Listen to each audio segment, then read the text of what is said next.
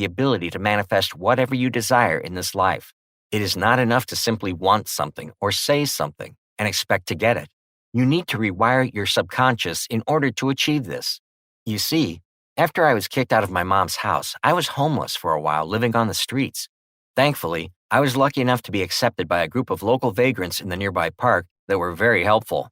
One day, after a night of drinking cheap vodka, I awoke in the park to the sound of someone speaking on one of the local stages.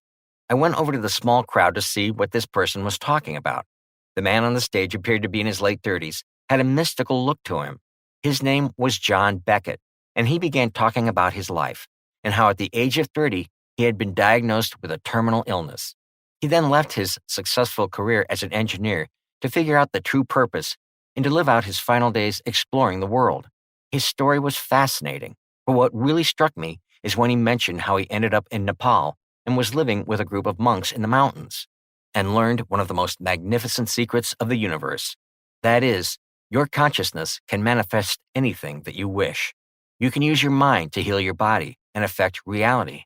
Negative things that happen to you in your life are the result of your subconscious bringing it into existence, operating in such a way that is harmful to you without you even realizing it. He began to talk about quantum physics, energy, and the power of sound. After all, sound is comprised of different frequencies, which is a form of energy.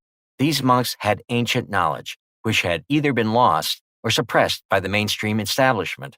They knew how to harness the power of sound to reprogram or retune your mind and align your consciousness in an optimum state, which would allow you to manifest, heal, or attract whatever you desire into your life.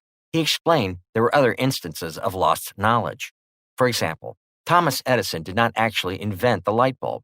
Rather, it was the ancient Egyptians. As you can see in this ancient Egyptian carving here, you can clearly see from the engravings there is a beam of light being projected. He also claimed that an even more ancient civilization, the Sumerians, knew about our solar system and every planet over 4,500 years ago. This is contrary to modern understandings of astronomy, as it was believed that humans didn't know about this until thousands of years later. He went on to discuss how the monks used these strange sounds to heal his body and rid him of this terminal illness that was on the brink of taking his life. It was at this point that someone in the crowd yelled out, "If this is true, then why do I have to pay $1,000 a month in prescription drugs?" John ended up cutting the talk short, rather than trying to convince an unruly, doubtful crowd. But something inside of me believed what he was saying. Having been on the streets for a while now, you develop an instinct about whether or not you can trust someone, and I felt I could believe and trust him. After all, he wasn't even trying to sell anyone anything. I approached him, and for some reason was opening up about my life story. After listening sympathetically for a while, he told me to meet up with him the next day. John told me that he could relate to my story and told me that I reminded him of himself when he was younger. He then proceeded to introduce me to a concept I didn't yet fully comprehend until years later down the line.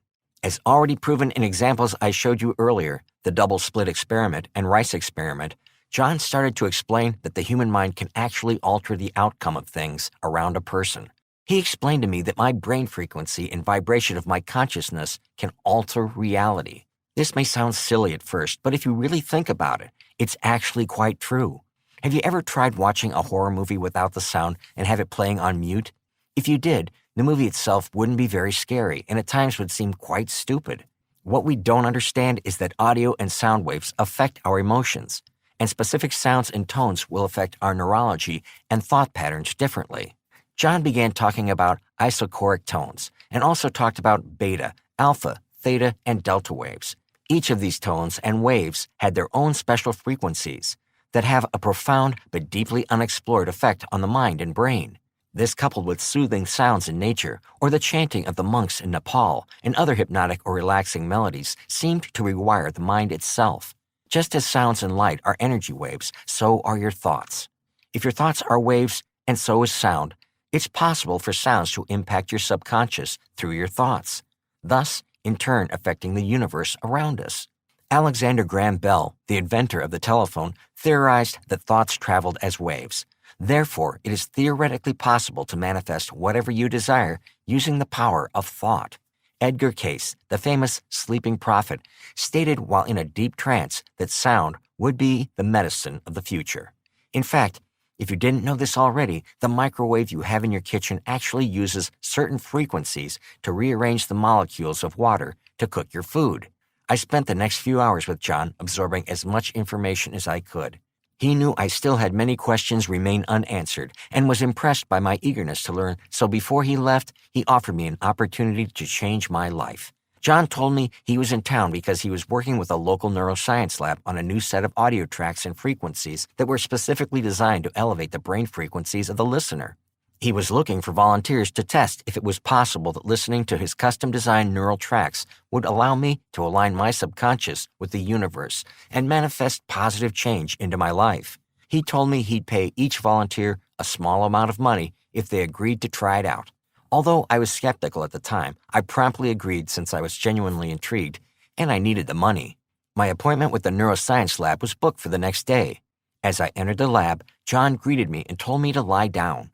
He then gave me some headphones and told me to listen to the sounds. As he pressed play, I was confronted with strange noises and music. To be quite honest, I thought it was weird at first, but it was interesting, so I kept listening. My body started to become relaxed. My mind became calm and started to reach what I can only describe as another state of consciousness. It's not what I expected at all. I continued to listen until I fell asleep. An hour or two later, John woke me up and told me that the lab was closing. At the time, I was suffering from serious sleeping issues, and since those audio tracks made me fall asleep so quickly, I figured if I could convince John that I wanted to be a test volunteer over the next few weeks, he might actually pay for a few extra weeks for helping him out with his research. John was delighted at the idea and actually gave me a CD player and his custom-designed neural audio CDs so I could bring them with me. That night, once again, I turned on these strange sounds as I lay there trying to fall asleep, and repeated the same for the next several weeks. Then before you know it, amazing things started to happen. Mysterious things. My entire life, I've always had trouble with stuttering. It disappeared entirely within a week unexplainably. My whole body started to feel better, and shockingly, my desire to drink alcohol totally disappeared. Other amazing things began to happen as well. My mom was able to get a hold of me at the local shelter. She had somehow found out where I was and came to find me. She had left her abusive boyfriend and was sobbing as she begged me to forgive her. She asked me to move back home with her and offered to help get me on my feet. I scored a real job this time around by what seems like pure luck. A few weeks later, I was reporting my amazing results to John at the neuroscience lab. I was telling him about my drastic life improvements and that I was very interested in learning more about the brain, neurology, and psychology. Ever since I met John, my fascination about how the mind and the universe really worked was something I thought about on a daily basis. As destiny would have it, a professor who ran the local university neuroscience department was also at the neuroscience lab at the time. The professor was just happening to look for a junior lab assistant in their department, and John smiled at the professor and immediately recommended me for the job. Although I didn't have any experience as a lab assistant, the professor said that it didn't matter since I was a friend of John's. Keep in mind, I was technically homeless at the time, and I was practically being given my dream job. On top of that, he could tell that I had the passion, and said that it is mostly on-the-job training anyway. At this point, my life had completely turned around. I had a job I loved. I had my health back. I had given up alcohol and miraculously got rid of my stutter. I was convinced that John's mysterious sounds, music, or whatever you want to call it, had changed my life. So I gave it to my mom to listen to as well. And astonishing things started to happen to her as well. Her type 2 diabetes all but disappeared. Her high blood pressure was now back to normal ranges. She was no longer feeling tired, agitated, and most of all, depressed. Within a month or so, she ended up meeting her soulmate and getting married within a year's time. I knew the secret to what radically changed our lives was buried in John's audio tracks. I was determined to understand what it was, and after months of relentless research and studying various academic journals, databases, and scientific textbooks from the university I now worked at, I finally found the answers to two of the lingering questions. How was it possible that listening to some strange audio tracks allowed me to align my subconscious with the universe and help manifest such amazing things in my life? I decided to create my own system based on what I had learned from John and also from my deep research. After countless hours of experimentation, I finally had gotten it down perfectly. I called it neural manifestation. By using a combination of the absolute purest isochoric tones, alpha waves, beta waves, theta waves,